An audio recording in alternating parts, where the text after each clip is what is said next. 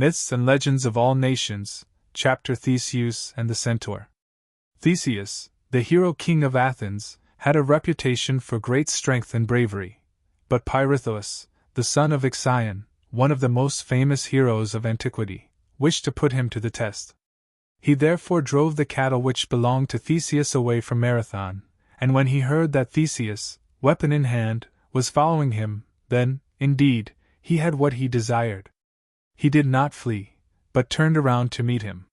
When the two heroes were near enough to see each other, each was so filled with admiration for the beautiful form and the bravery of his opponent that, as if at a given signal, both threw down their weapons and hastened toward each other. Pirithous extended his hand to Theseus and proposed that the latter act as arbitrator for the settlement of the dispute about the cattle. Whatever satisfaction Theseus would demand, Pirithous would willingly give. "The only satisfaction which I desire," answered Pirithous, "is that you instead of my enemy become my friend and comrade in arms." Then the two heroes embraced each other, and swore eternal friendship. Soon after this Pirithous chose the Thessalian princess, Hippodamia, from the race of Lapithae, for his bride, and invited Theseus to the wedding. The Lapithae, among whom the ceremony took place, were a famous family of Thessalians, rugged mountaineers, in some respects resembling animals, the first mortals who had learned to manage a horse. But the bride, who had sprung from this race, was not at all like the men of her people. She was of noble form, with delicate youthful face, so beautiful that all the guests praised Pirithous for his good fortune. The assembled princes of Thessaly were at the wedding feast, and also the centaurs, relatives of Pirithous. The centaurs were half men, the offspring which a cloud, assuming the form of the goddess Hera, had borne to Ixion, the father of Pirithous. They were the eternal enemies of the Lapithae. Upon this occasion, however, and for the sake of the bride, they had forgotten past grudges and come together to the joyful celebration. The noble castle of Pirithous resounded with glad tumult. Bridal songs were sung, wine and food abounded. Indeed, there were so many guests that the palace would not accommodate all. The Lapithae and centaurs sat at a special table in a grotto shaded by trees. For a long time the festivities went on with undisturbed happiness. Then the wine began to stir the heart of the wildest of the centaurs, Eurytion, and the beauty of the princess Hippodamia awoke in him the mad desire of robbing the bridegroom of his bride. Nobody knew how it came to pass, nobody noticed the beginning of the unthinkable act. But suddenly the guests saw the wild Eurytion lifting Hippodamia from her feet, while she struggled and cried for help.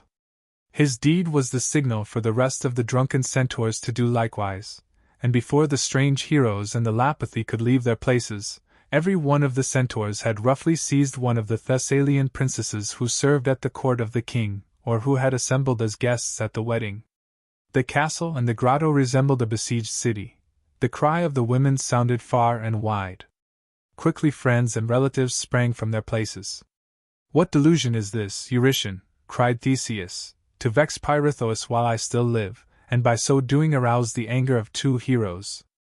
With these words he forced his way through the crowd and tore the stolen bride from the struggling robber. Eurytion said nothing, for he could not excuse his deed, but he lifted his hand toward Theseus and gave him a rough knock in the chest. Then Theseus, who had no weapon at hand, seized an iron jug of embossed workmanship which stood near by and flung it into the face of his opponent with such force that the centaur fell backward on the ground, while brains and blood oozed from the wound in his head. "To arms!" The cry arose from all sides. At first beakers, flasks and bowls flew back and forth. Then one sacrilegious monster grabbed the oblations from the neighboring apartments. Another tore down the lamp which burned over the table, while still another fought with a sacrificial deer which had hung on one side of the grotto. A frightful slaughter ensued.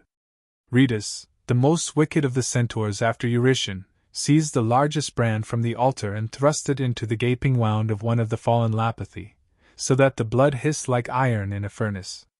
In opposition to him rose Dryas, the bravest of the Lapithae, and seizing a glowing log from the fire, thrust it into the centaur's neck. The fate of this centaur atoned for the death of his fallen companion, and Dryas turned to the raging mob and laid 5 of them low. Then the spear of the brave hero Pirithous flew forth and pierced a mighty centaur, Patreus, just as he was about to uproot a tree to use it for a club.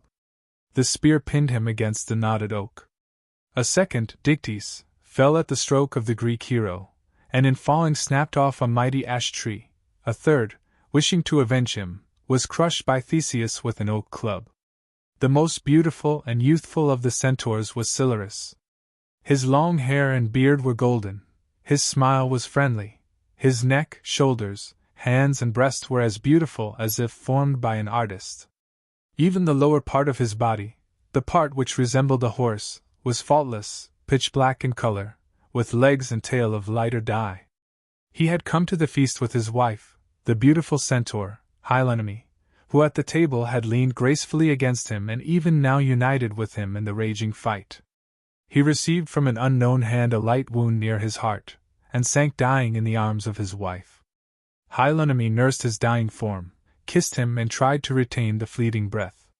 When she saw that he was gone she drew a dagger from her breast and stabbed herself.